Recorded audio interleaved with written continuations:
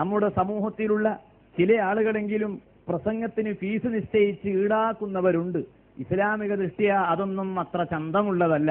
പക്ഷേ പ്രസംഗത്തിന് പോകുന്നത് കാരണമായി അയാളുടെ പല തൊഴിലും ബിസിനസ്സും നഷ്ടപ്പെടുമെങ്കിൽ പ്രസംഗിക്കാൻ ക്ഷണിക്കുന്നവർ അത് മനസ്സിലാക്കി എന്തെങ്കിലും ഒപ്പിച്ചു കൊടുക്കണം എന്നത് വേറെ കഥ.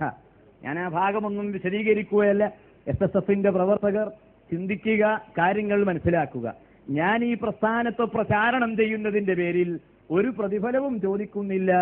ഇല്ലൽ മവദ്ദത്ത ഫിൽ ഖുർബ, എന്റെ ബന്ധുക്കളോട് നിങ്ങൾക്ക് സ്നേഹമുണ്ടാവണം, ഇതേ ഞാൻ പറയുന്നുള്ളൂ. ആ സ്നേഹത്തിന്റെ പേരിൽ അറബ് സമൂഹം ഫാത്തിമ ബീവി റളിയല്ലാഹു അൻഹയെ ആദരിച്ചു. ആ പ്രസ്താവനയുടെ പേരിൽ അലി ഇബ്നു അബീ താലിബിനെ സമൂഹം ബഹുമാനിച്ചു. ഹസൻ ഹുസൈൻ റളിയല്ലാഹു അൻഹുവിനെ സമൂഹം ബഹുമാനിച്ചു. അവരുടെ പരമ്പരയിൽ സജ്ജനങ്ങളായി വരുന്നവർക്ക് ഇസ്ലാം സ്ഥാനം നൽകിയിരിക്കുന്നു. ബസ്. അല്ലാതെ ഏതെങ്കിലും നബിയുടെ കുടുംബത്തിൽപ്പെട്ട ആളാണെന്ന് പറഞ്ഞ് നടക്കുന്ന ഒരാൾ നിസ്കരിക്കാത്ത ആളാണ്, ഇസ്ലാമിൽ അയാൾക്ക് ഒരു സ്ഥാനവുമില്ല.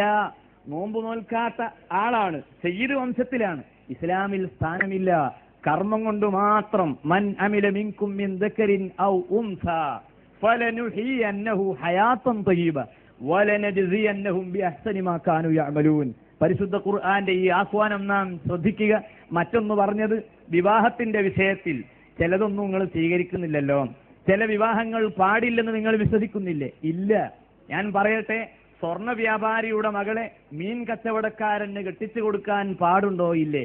ഇസ്ലാമിക വീക്ഷണത്തിൽ സ്വർണ്ണ വ്യാപാരിയുടെ മകൾക്ക് പ്രായപൂർത്തിയാകുന്നതിന് മുൻപ് അവളെ മീൻകാരനെ കൊണ്ട് കെട്ടിച്ചുകൂടാ. കാരണം അവൾ സ്വർണം കണ്ടും സ്വർണം തൊട്ടും സ്വർണത്തോട് ബന്ധപ്പെട്ടും ബാപ്പയുടെ കൂടെ ജീവിച്ച മകളാണ്. ആ മകളെ കെട്ടിക്കുന്നത് ആരെക്കൊണ്ടാണ്? മീൻ കച്ചവടക്കാരനെ കൊണ്ടാണ്. മീൻ കച്ചവടം മോശമാണെന്ന് ഇതിനർത്ഥമില്ല. സ്വർണത്തിലേക്ക് ചേർത്തി നോക്കുമ്പോൾ സാമൂഹ്യമായ ഒരു പിന്നോക്കാവസ്ഥ മത്സ്യത്തിലും മത്സ്യത്തിന്റെ വയറ്റിലും ഉണ്ടല്ലോ. അതുകൊണ്ട് ഒരു തരം അലർജി മനുഷ്യർക്കുണ്ട്. ഈ അർത്ഥത്തിൽ ഈ പ്രായം തികയാത്ത മകളെ നിങ്ങൾ മീൻ കച്ചവടക്കാരന് വിടരുത്, പ്രായം തികയുന്നവരെ കാക്കുക. എന്നിട്ട് അവളോട് ചോദിക്കുക, അവൾക്ക് വോട്ടവകാശം ഉണ്ടാവട്ടെ. 16 വയസ്സാണ് ഇസ്ലാമിലെ വോട്ടവകാശം, അല്ലെങ്കിൽ 15, അല്ലെങ്കിൽ ആർത്തവമുണ്ടാകലാം.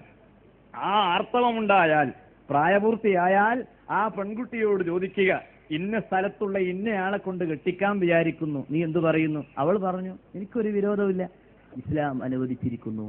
ഇതാണ്. അതേ സമയത്ത് പ്രായം തികയാത്ത മകളെ നാം ബാപ്പ ഏത് ജോലി ചെയ്യുന്നുവോ ആ ജോലി ചെയ്യുന്ന, അതുപോലത്തെ ജോലി ചെയ്യുന്ന ആളെ കൊണ്ട് മാത്രമേ പ്രായപൂർത്തിന്റെ മുമ്പ് ഈ മകളെ കെട്ടിക്കാൻ പാടുള്ളൂ. ഇസ്ലാമിന്റെ വീക്ഷണത്തിൽ എന്താണ് അരോചകത്വമുള്ളത്? ഞാൻ ആ ഭാഗം വിശദീകരിക്കുകയല്ല. ഇതാണ് ഇസ്ലാം. ഈ ഇസ്ലാം ഇവിടെ എല്ലാ തരത്തിലുള്ള വിവേചനങ്ങൾക്കുമെതിരിലും ശക്തമായി ശബ്ദിച്ച മതമാണ്. ഈ മതത്തിന്റെ പ്രചാരകരായി നാം പ്രവർത്തിക്കുക. SSFന്റെ രുണക്കുട്ടികളോട് 2 വാക്ക് മാത്രം പറഞ്ഞ് ഞാൻ നിർത്തുകയാണ്. എന്റെ പ്രിയപ്പെട്ട കരളിന്റെ കഷ്ണങ്ങളായ മക്കളെ, 20 വർഷക്കാലത്തെ നിരന്തരമായ ത്യാഗത്തിന്റെ അനുഭവമാണ് ഈ ഖാദിസിയ്യയിൽ നാം പങ്കിടുന്നത്. 20 കൊല്ലത്തെ പീഡനങ്ങൾ, 20 കൊല്ലത്തെ മർദ്ദനങ്ങൾ, പിന്നോക്കക്കാര മർദ്ദനങ്ങളൊക്കെ ഇപ്പോഴല്ലേ നമ്മൾ കേൾക്കുന്നത്? നമ്മളെ പീഡനങ്ങൾ നമ്മൾ കുറെ കാലം അനുഭവിച്ചതാണ്. ഏറും കുത്തും എത്രയോ കിട്ടിയതാണ്. ആരാന്റെ കല്ലുകൊണ്ടാണ് നമ്മളെ പല ഓഫീസും ഉണ്ടാക്കിയത്. കാരണം എറിഞ്ഞിട്ടുണ്ടായ കല്ല് അത്രയും കേരളത്തിൽ നമ്മൾ അനുഭവിക്കേണ്ടി വന്നിട്ടുണ്ട്. ഓഫീസും കൊടിയും എത്രയോ തവണ നമുക്ക് നഷ്ടപ്പെട്ടു പോയിട്ടുണ്ട്. പക്ഷേ നഷ്ടപ്പെട്ട ആ കൊടിയുടെ വികാരത്തിന്റെ പേരിൽ പിന്നീട് കമ്മിറ്റി ശക്തമാക്കിയിട്ടുമുണ്ട്. വലില്ലാഹിൽ ഹംദ്. എത്ര ത്യാഗങ്ങൾ!